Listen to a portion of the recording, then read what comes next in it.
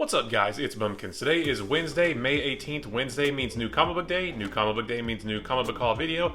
As always, I went down to Infinity Flux here in Chattanooga, Tennessee for another big old stack of books and some really cool goodies as well that we'll get to in a minute. But real quick, guys, if you are in the US and you need a comic shop, whether you don't have one or you need a better one, you can reach out to Infinity Flux. They will be linked in the description below. You can start a pull list with them and they can ship those out to you. Again, if you're in the US, just let them know what titles you want to add to your pull list and they can help you out. It's super cool. They're also on the Whatnot app as well. So if you are looking to get some cool stuff through Whatnot, you can check them out there. It's Infinity Flux Comics on Whatnot, and that is linked in the description below as well. So let's get into the books because there was some really cool ones today, and like I said, I got some really cool goodies here that I'm excited about. But first, let's start with Marvel, starting with Fantastic Four number 43. This is the, I think the second to last part of the Reckoning War saga. I got the cool Spider-Man anniversary variant here. I just want a comic of that, you know? Give me that story. But yeah, this is, I think the next part is the last part of the Reckoning War, and you know, I guess it's fine. It's fine. It's not quite as awesome as I wanted it to be. This issue especially, like there was a lot of stuff that happened, but it was very light on Fantastic Four, and there's like 4 or 5 different things going on at the same time. You've got Sue and Nick Fury with the Watcher. You've got Reed and Ben and She-Hulk and Jack of Hearts doing their thing. Johnny is with the Starjammers and all those guys, and then Franklin and Valeria are doing something. I mean, there's just so many little things all over the place. It's a little bit hard to keep track of. It's fun enough, but when this storyline is over, I won't be too sad. Next up is Iron Fist number 3. I think this is a 5-part miniseries, and this is fine too. Lin Lai, I believe, or Lin Lee. I'm not sure how to pronounce his name. I'm sorry, but he is still learning about being the new Iron Fist. He has got these shards of his mystical sword stuck in his hands and his arms, and he's still trying to deal with all that. I mean, this one is fine as well. It's probably one that I could have waited for Marvel Unlimited for, but it's good for what it is, and I'm interested to see where his journey goes. Next is Savage Avengers number 1. So this is the new Savage Avengers series. I do have all of the other ones in trade over there. I actually might be missing one, but I have some singles as well. I haven't read that series yet, but I guess you don't really need to have read that to read this because I read this earlier and it didn't really seem to tie into anything from the series before. So this was really cool. It's interesting to see all these characters together, but it was also weird because they were all sort of doing their own thing, or at least they had been paired off. Conan was fighting Deathlock, Anti-Venom and Elektra were doing something else, were sneaking around Alchemax. Weapon H was involved in a mugging, and then Cloak and Dagger were smooching it up on a rooftop, I guess. And then all of a sudden, and it didn't really make much sense, all of a sudden, all of those pairs were together fighting Deathlock, even though all of those pairs were doing their own thing before that. So it didn't make any sense whatsoever, but it was still really cool to see them fight because they're cool characters. Except, you know, Weapon H. I've never read anything with Weapon H. I know nothing about him, but really, we need a Hulk with claws? That's ridiculous. I'm just putting that out there. That might be a hot take. I might be the only one who doesn't like Weapon H, but I just think he's silly.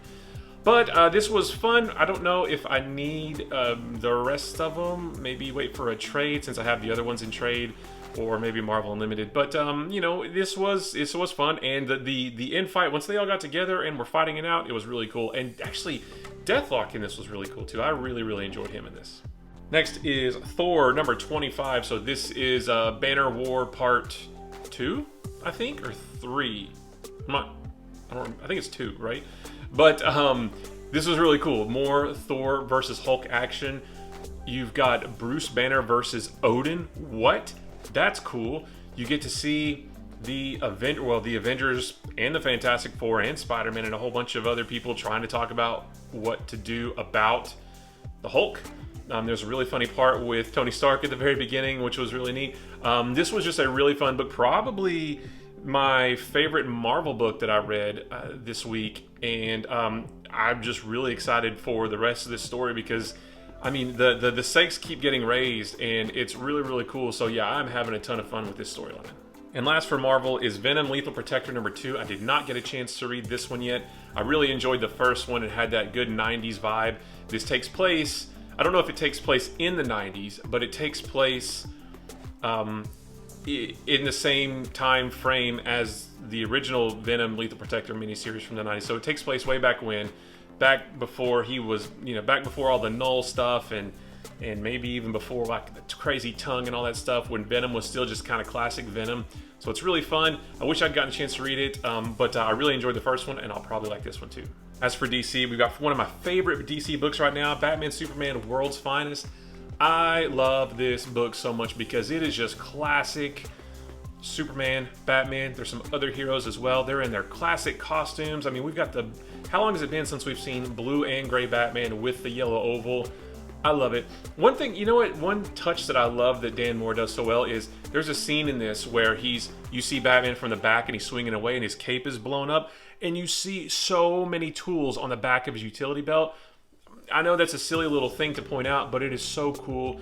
Classic Superman. Dick Grayson's still Robin. Supergirl's doing weird time traveling stuff. We get some other heroes in this as well. The only thing I maybe would have liked to have seen different is, I think for the first story arc, it's weird that they're going up like it's all like demons and mystical stuff. Like I would have rather maybe it been more street level or like sci-fi type stuff, but it's still really fun. I still love this book so much, and obviously Mark Waid is a great writer. I think one of the reasons I love this book so much is because I just absolutely love Dan Moore's artwork. He just knows how to just bring out the classicness in all of this. It's so much fun. This isn't complicated. It doesn't tie into anything else. And if you just want some good super duper classic stories, you can't go wrong with this one.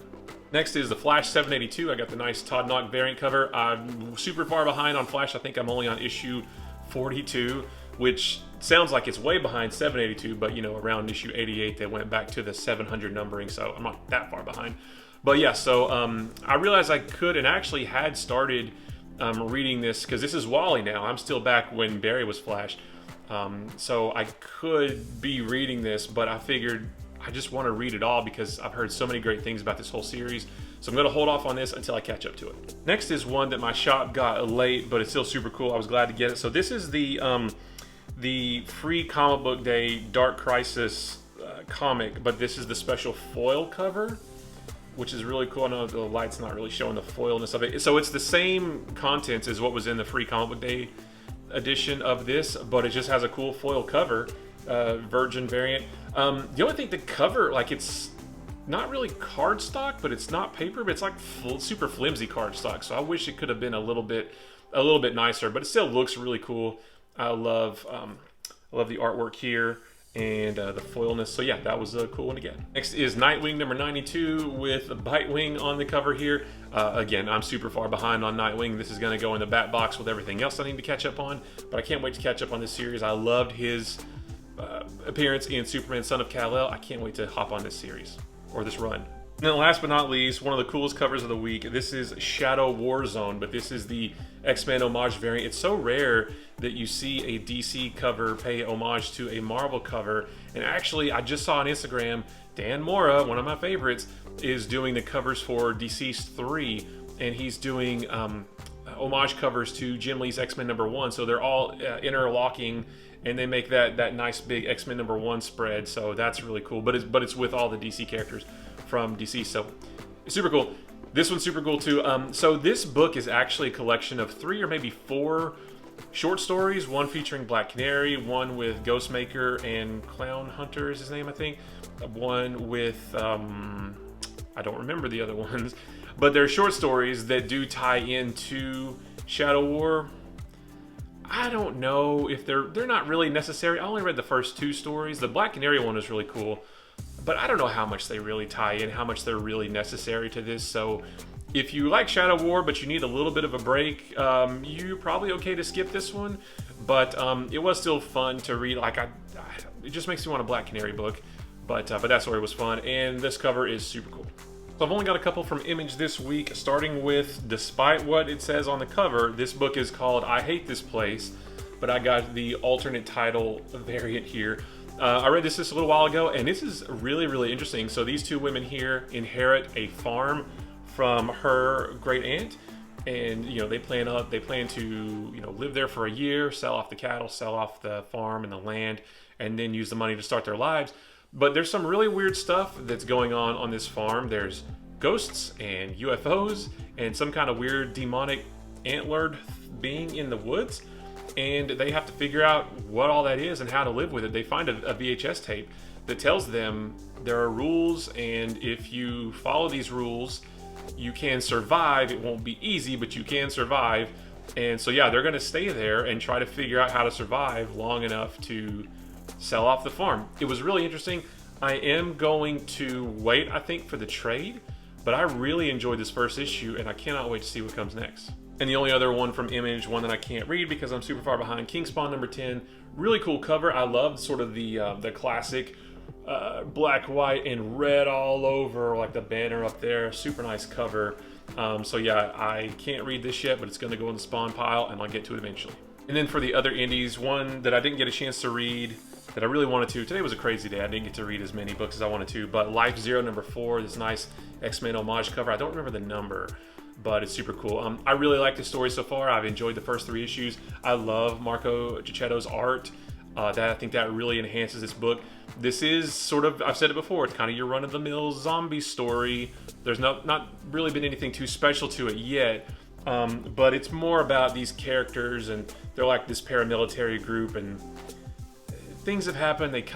They're sort of on each other's nerves, I guess. They don't really trust each other, but how do they live in this world, and what are they going to do? So I've been enjoying this very much, and I cannot wait to read this one.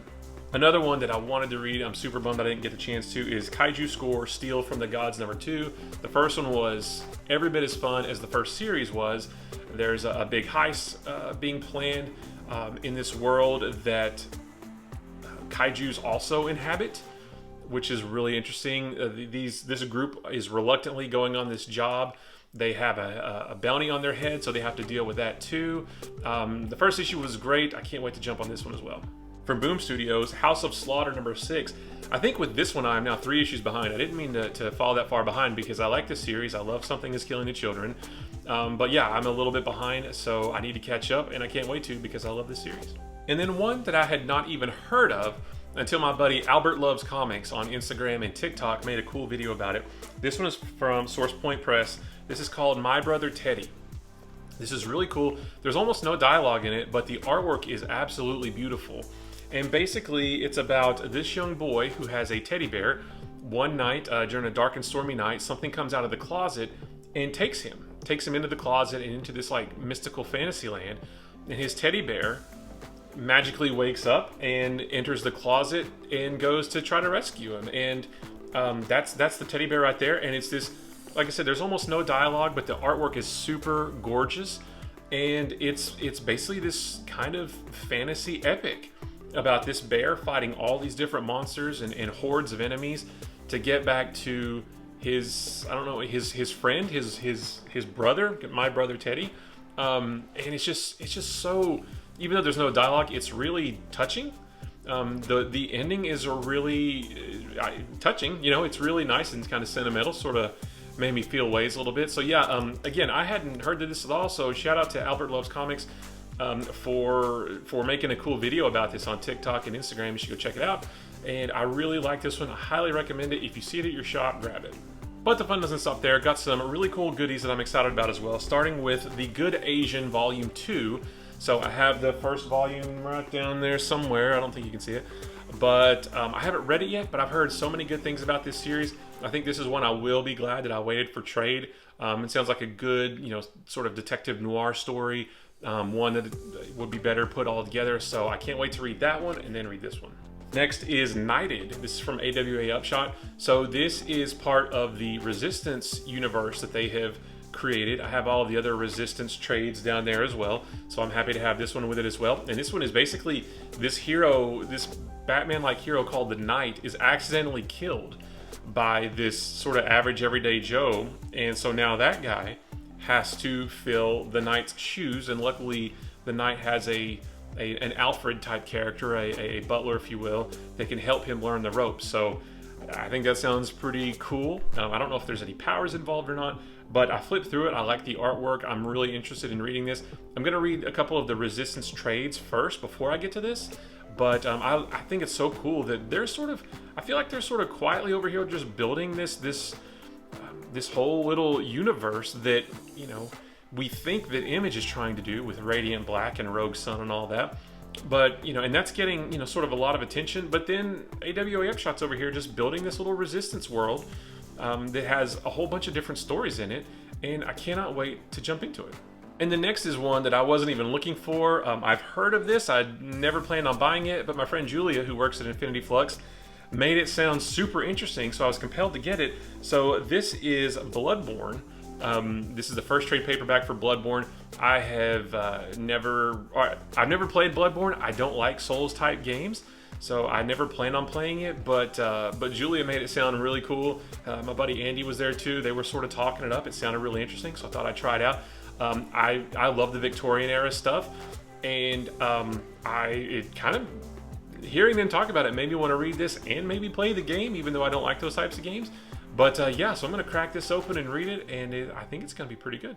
But those aren't all the goodies. I got a couple of big boy books as well. I got the She-Hulk by Peter David Omnibus. The She-Hulk trailer dropped yesterday. There's some questionable CGI around She-Hulk, but other than that, which I think is going to get ironed out, other than that, it looks like a fantastic show, and I am super on board to watch it. So I didn't really know where this fell in the line of She-Hulk books, but apparently this comes right after the Dan Slott Omnibus, which I've got right here. It's just I don't know if you can see that. Oh yeah, it's over there at the edge. So yeah, I'm gonna read I want to read them all in order. I've got these. I ordered the Savage She-Hulk Omnibus. UPS actually lost that package. It never made it to my comic shop. Luckily, they got a refund for it. They reordered them, so I can't wait for that to show up. But I'd love to read that. Then Sensational She-Hulk by John Byrne. That's such a classic. Then Dan Slott's. Then this. I don't know if I'm going to have time to read it all before She-Hulk comes out. But it's cool to have this next chapter in the She-Hulk Omnibus lineage. And also another big boy book, X-Men Fall of the Mutants. So I am just trying to complete, for the most part, a complete chronological history of X-Men across omnibuses, and I've got most of them. Actually, I think I've got all the ones that have been out so far. I don't quite remember where this falls in, if it's before Inferno, after Inferno, or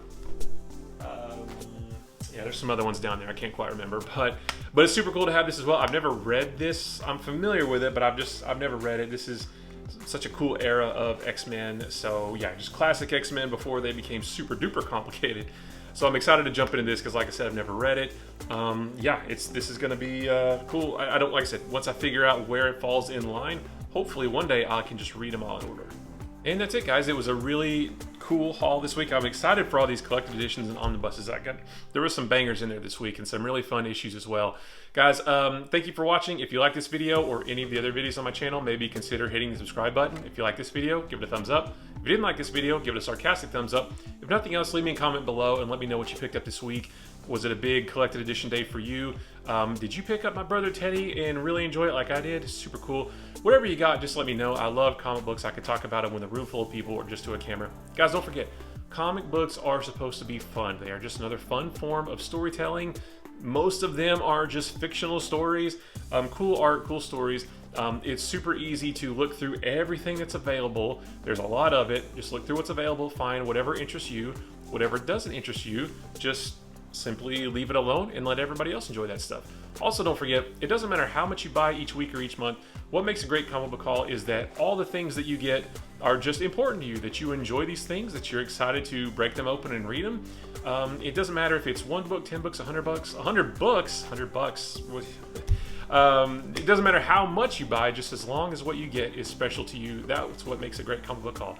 So guys, I appreciate you watching, and I'll see you in the next one. Bye-bye.